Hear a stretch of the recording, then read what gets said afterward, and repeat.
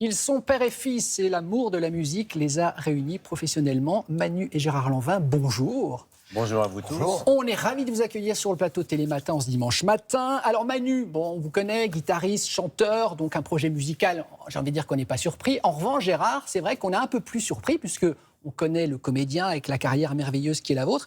Mais ce projet musical, il remonte à quand, Gérard? C'est récent, cette passion pour la chanson?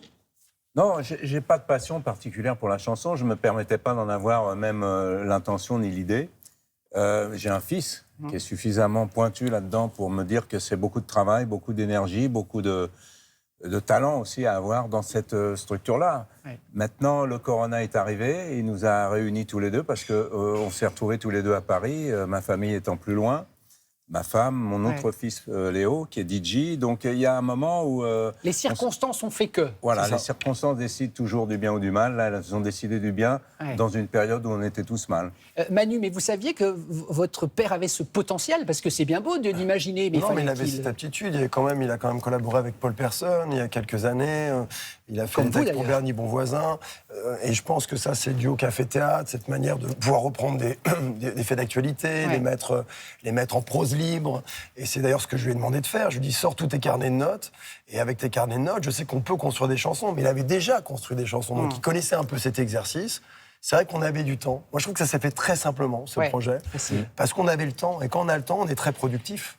Donc l'album, Gérard, s'intitule Ici-bas. On est d'accord, donc Manu, vous en signez les musiques, vous avez composé les musiques. Ouais, j'ai produit l'album, réalisé. Et Gérard a écrit les textes. Et il a surtout chanté aussi. Et il a chanté.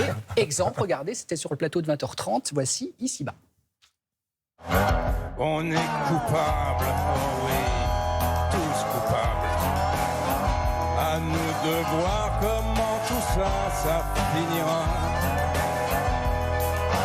Ne compte pas combien t'en tues, mais combien t'en sauveras.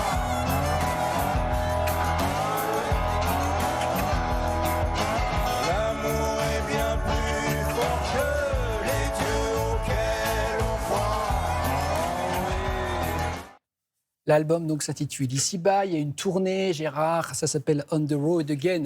Ça va s'afficher sur votre écran. Donc ça y est, vous êtes parti. Vous êtes parti en tournée, route de France, spectacle. On est parti en caravane, ouais, comme j'aime. Ouais. On a fait une tournée déjà, puisque cet album, on l'a enregistré il y a quand même 2 ans.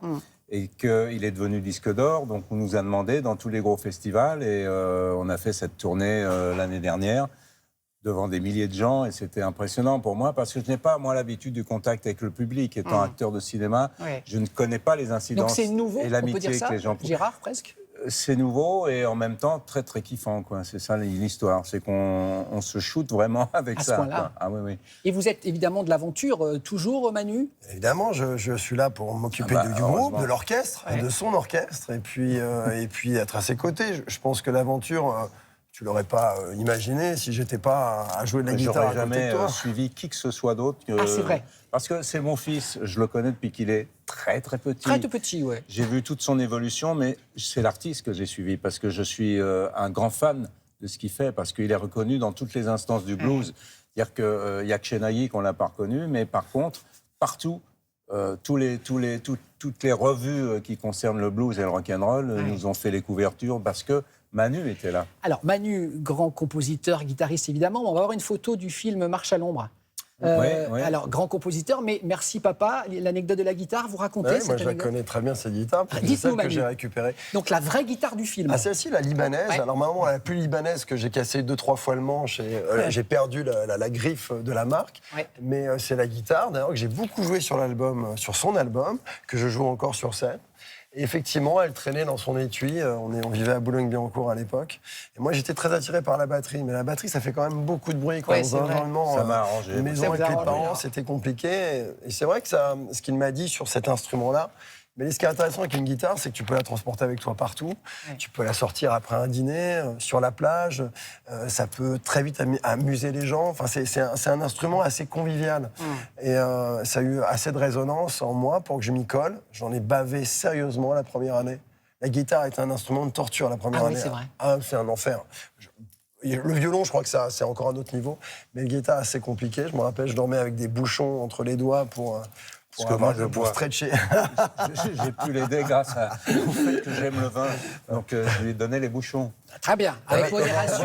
Voilà comment on construit une carrière. Bien sûr, avec modération, comme Gérard, on est obligé de le dire et de le rappeler, bien oui, sûr. c'est vrai. Voici l'instant archive. Vous aimez regarder dans le rétro, tous les deux? Pourquoi pas? Pourquoi pas? Alors, on va voir si ça va vous plaire. J'ai choisi, alors évidemment, un instant pour chacun. Ouais. Manu, une de vos premières télés, on est en octobre 2000. Vous êtes vraiment la révélation. Vous êtes en première partie de Paul Personne, je crois. Ah ouais. Donc, il y a un reportage qui vous est consacré. Et Gérard, 1983, Champs-Élysées. J'ai adoré ce document, Le Chevalier masqué avec Eddie Mitchell. Ah, il dit, oui. Regardez comme c'est sympathique. Je ne sens plus le temps. Découverte d'un nouvel artiste au nom déjà célèbre, Manu Lanvin assure ce soir la première partie de Paul Personne au théâtre Sébastopol. On retrouve beaucoup de sons mécaniques, j'ai beaucoup travaillé avec des séquenceurs, des boîtes à rythme, voilà, des sons très mécaniques, très répétitifs. Je vous les présente pas, voici le duo de la soirée.